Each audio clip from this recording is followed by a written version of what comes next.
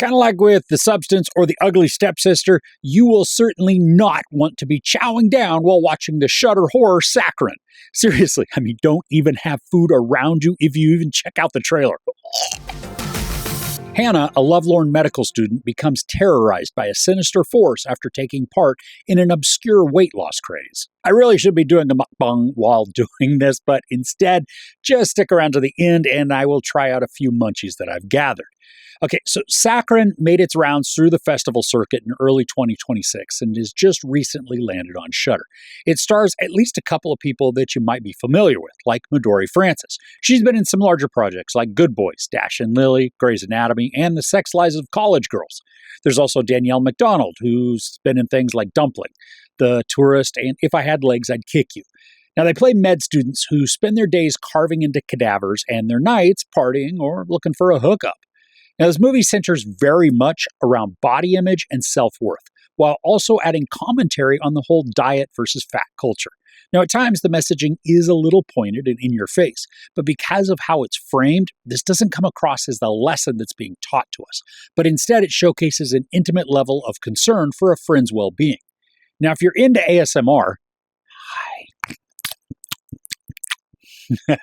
some of this sound design is certainly going to work for you. It's disgustingly captured. There are many segments that involve eating. A lot of segments.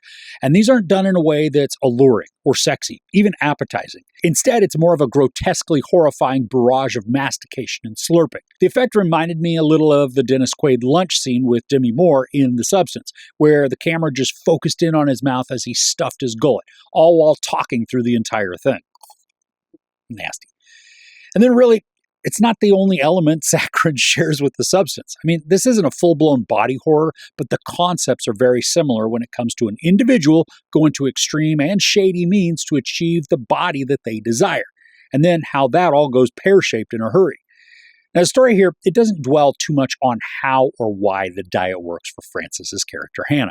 There's a brief mention as she figures out what the secretive compound is made of, and then she works to replicate it. But because that's not really the focus of anything even interesting, thankfully we aren't taken through the minutiae of the inane science.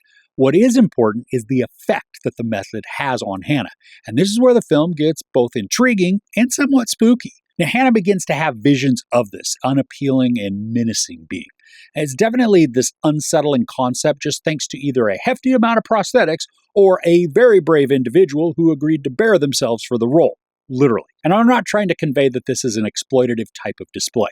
The visuals are graphic at times, but also serve a larger purpose, speaking directly into Hana's internal struggles and even her dysmorphia. Had the movie chosen to go more of the drama route, this would then have been an excellent foundation to explore how our upbringing, environment, media exposure, and lifestyle choices all work to contribute to our personal body image. But because this is a horror instead, the story chooses to briefly touch on some of these, but use them as the catalyst to bring about some gnarly ramifications as a result of desperate choices. Now, I mentioned just a minute ago how this is somewhat spooky. Don't get the idea that it's scary. There is a certain tension that grows as Hana pursues her weight loss obsession. Sometimes it's showing how she's deteriorating by just lack of nutrition. Other times, how her visions are becoming more and more tormenting, leading to somewhat of a mental decline. Now, Hana's an engaging character, but not one we necessarily like. She's sympathetic thanks to some of the softness that's conveyed in Midori Francis's eyes, and then thanks to some family situations that we slowly become privy to. But the farther the character goes on her addictive pursuit, the more selfish and dislikable she becomes. Thankfully, though, this creates some opportunity for character growth. Is that Hana going to learn something from her ordeal and then perhaps realize a balance can be achieved, or is she just going to be all consumed by her obsession? From a production standpoint, the filming is excellent, whether that be capturing the creepy and uneasy images that we catch in the periphery or how angles and close-ups are utilized to bring about serious discomfort. Now, this movie goes for gross-out moments, and it nails them. So if you are queasy when it comes to some nasty visuals, watch the trailer first just to see if it's something you can even make it through. But despite the imagery capturing the right amount of ick, the pacing works against the distress that it all tries to establish. The movie's just short of 2 hours, and for what this ultimately is, it's just too long. Sometimes the sequences are repetitive, especially when Hana is in her cadaver class. This showcases other med students that just aren't relevant to the story, making the interactions unengaging and then mostly unimportant. And I'm not saying that all of the class footage is unnecessary. There are key scenes that enhance the storytelling and then work to better inform us of Hana's progression and experiences. But just taking out the banter of certain sequences would work to scoot the story along and then keep a little more urgency to the dread that's looming in the background. There are also a bunch of repetitive portions of Hana working out. And again, this does work in part to showcase her efforts and her obsession, which also continue to develop the character. But the editing could have been tighter just to condense segments to maintain some energy, especially as Hana becomes more and more desperate to both lose weight and then not fall victim to whatever it is that's appearing in the shadows. These inherently have momentum, but whenever the script decides to repeatedly linger on very similar routines, that's when the brakes are hit and we just feel the whole thing start to drag. But despite these drawbacks, I had a great time with Saccharine. The gross out features are effectively conveyed in a way that just absolutely kept me from having any sort of snack during it. From the prosthetics to the practical effects, the result is something that is satisfyingly stomach-turning. Midori Francis balances the task of building a character who is sympathetic, yet selfish, unlikable in many ways, yet still someone we hope who can make a positive recovery. Now, the pacing is hampered by repetitive sequences, and the film could benefit from more efficient editing. But the messaging is relevant, poignant, and piercing, all while not working to condemn the audience or the characters, and delivering a cautionary tale that everybody could learn from. The bleakness of the plot and the character progression may leave you in the bell jar for just a bit, but the digestive journey we go on, I think, is worth it. There's sex, nudity, some profanity, and a lot of violent imagery. I give Saccharine 4 out of 5 couches. Okay, so what's the greatest food-themed movie ever? For me, one of my favorites, I'm not saying it's the greatest, but just one that I really enjoy. It's called The Last Supper from 1995. It's an indie film. But let me know what you would choose in the comments below. Okay, as promised, I do now have a couple of munchies to test out. I've got a gummy-type snack and then a beverage to wash it down with, except I'm not sure either of these are going to be good. First one is a Saccharine yogurt drink flavored. It's stringy gummy.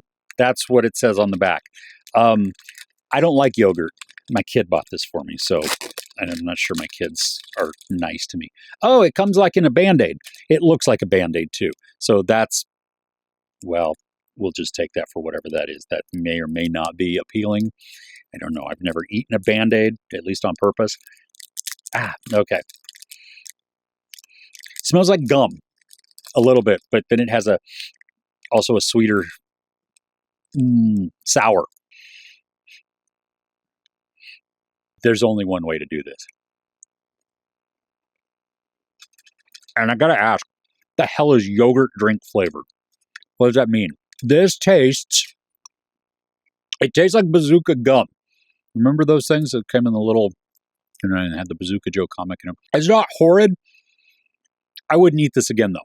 Again, I don't like yogurt, and I don't even understand what the yogurt drink flavor is. It doesn't say like, hey, this is peach, or this is strawberry, or this is strawberry banana, or something like that. It just says yogurt drink flavor. Now, to wash it down, I've got a Japanese Pepsi. This is white grapefruit green bamboo flavored. Now, I bought this myself, so I did do this to, me. I can't blame my kids on this. But let's just see. Ooh, well, that was kind of... It's a different type of can than I'm used to in the United States. It looks like one of those old beer pop tops from the 80s. I don't know. It's not very fizzy. Let's get some ASMR in there just because we were talking about.